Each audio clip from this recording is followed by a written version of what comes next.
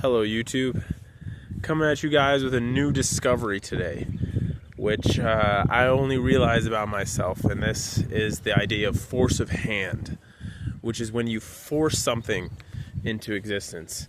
Now the problem is you might think that this is a very masculine trait, and this is something that you're being assertive, your will to powering your way through some sort of obstacle, and that this is the only way to really make any traction in the world.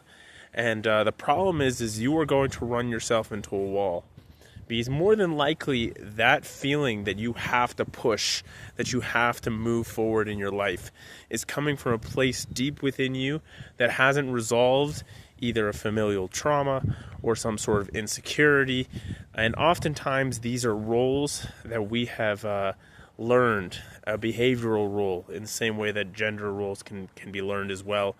And especially in Western society, also in Middle Eastern culture as well, very, very patriarchal societies, there is this idea that to be a man you have to push through the pain.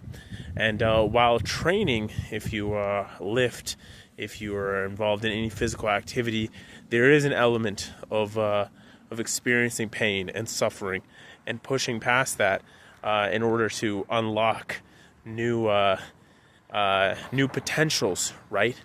But there's a difference here, and it's a difference of philosophy, right? It's one thing to push past the pain and not recognize that the threshold of the pain there is there in order to make you grow, and it's another thing to do it completely unconsciously, with no goal, simply because you're just trying to run through it and push yourself through it.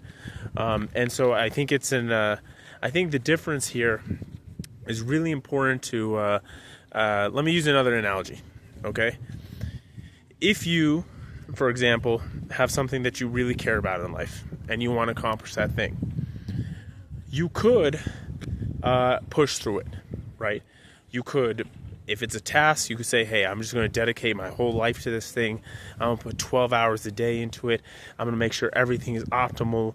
It's going to consume me. This idea is going to consume me. But I think if you were logical about it and objective about it, you would realize that approach would quickly lead to burnout. Because at the end of the day, the mind, the body, the soul, it's all one. It's all something that you inhabit. And you can only exude so much psychological, physical, and emotional effort on one task at a given time.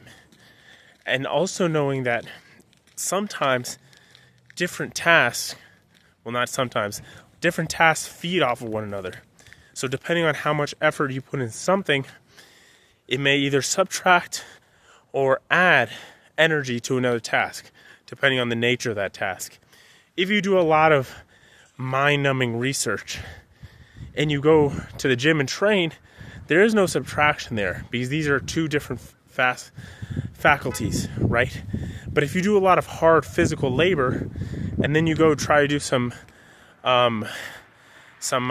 training at the gym, immediately you're going to find out that these two things are not fully aligned, and you're going to have some sort of crossover.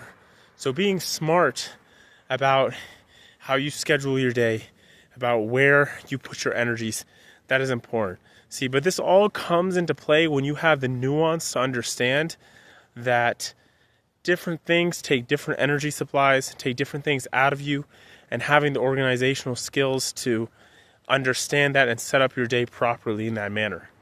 The problem is that if you come into this space with the attitude that you're going to will to power your way through everything, and that not doing so would maybe make you feel guilty because you feel like you could be working on something else, or you're going to have some sort of interjected feeling of inadequacy because you can't break through that, you're going to find yourself stuck in a rut.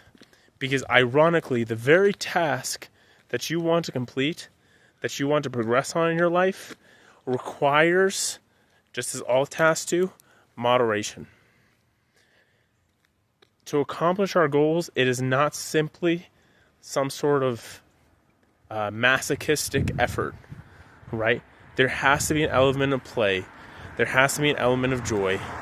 There has to be an element of it being integrated into our lives. To allow it to just dominate the sphere of our conscious and unconscious lives 24/7, that is not a healthy way. You could say, hey, an abnormal behavior such as that will get some pretty abnormal results in a positive light. But at the same time, I think it would have negative repercussions over the long term in relation to that one thing. So you might say, hey, I'm going to start this company. I'm going to put everything I want into it. These next 2 years, I'm going to dominate, yada, yada, yada, yada. But over the course of 5, 10, 15 years, how sustainable is that? It's not sustainable. And that's what I think people of that attitude don't realize, because even if you did sustain it, you find that the psychological terror and effect of that over the course of 10, 15 years would be horrendous. It would be terrible. So this is just a video to remind you guys out there who feel that they have to force their way through everything, right? That they can't really see that there's a different way other than the polarity of I'm either going balls to the wall 100%, or I'm thinking of it more as a lever that I can push and then sort of taper down a little bit and then push again, right? And I think that latter attitude is really necessary when we're thinking about life as a whole and how these things fit in our life as a whole. So I'll leave you guys with that message. I hope some of that was helpful. Please subscribe to the channel. Please hit that like. See you guys next time.